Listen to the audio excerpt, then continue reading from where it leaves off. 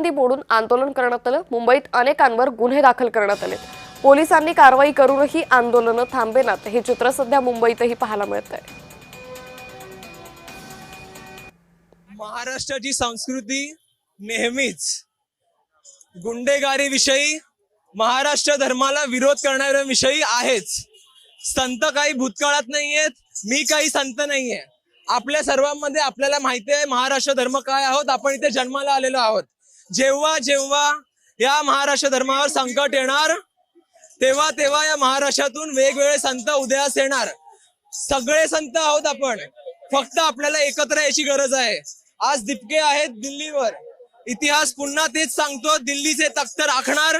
महाराष्ट्रातून तरुण संतांच्या माध्यमातून परत पुन्हा येत राहणार। हा असा काळ आहे ज्यामध्ये लोकांचे होप तुटलेले आहेत।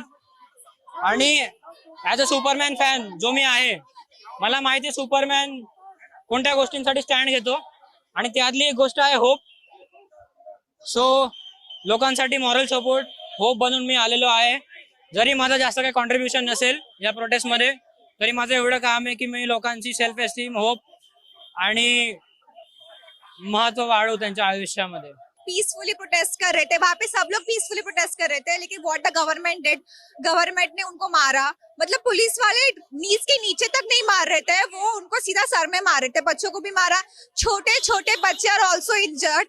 मतलब गवर्नमेंट को ये सब करके क्या मिलने वाला है? आई एम नॉट, मतलब हमारे कुछ राइट्स है, हम कुछ मांग रहे हैं, हम पागल तो नहीं है, कुछ ढंग का ही मांग रहे हैं, वो भी वो पूरा नहीं कर सकते। आई एम टोटली अगेंस्ट, इसीलिए आज सब लोग प्रोटेस्ट कर रहे हैं, बिकॉज कल जो उन्होंने किया वो पूरा गलत था। ही समाज व्यवस्था इतकी बिघडवत चालली आहे आणि त्या सरकार विरुद्ध जर लढा उभा राहतोय तर तो खूप चांगला आहे। आणि जर आज माझं असं वाटतंय, म्हणणं आहे की आपण संविधानाच्या मार्गावरती शांततेरित्या चाललो आहे आणि तसंच शांततेरित्या आपण चालू तर खूप चांगलंच आहे।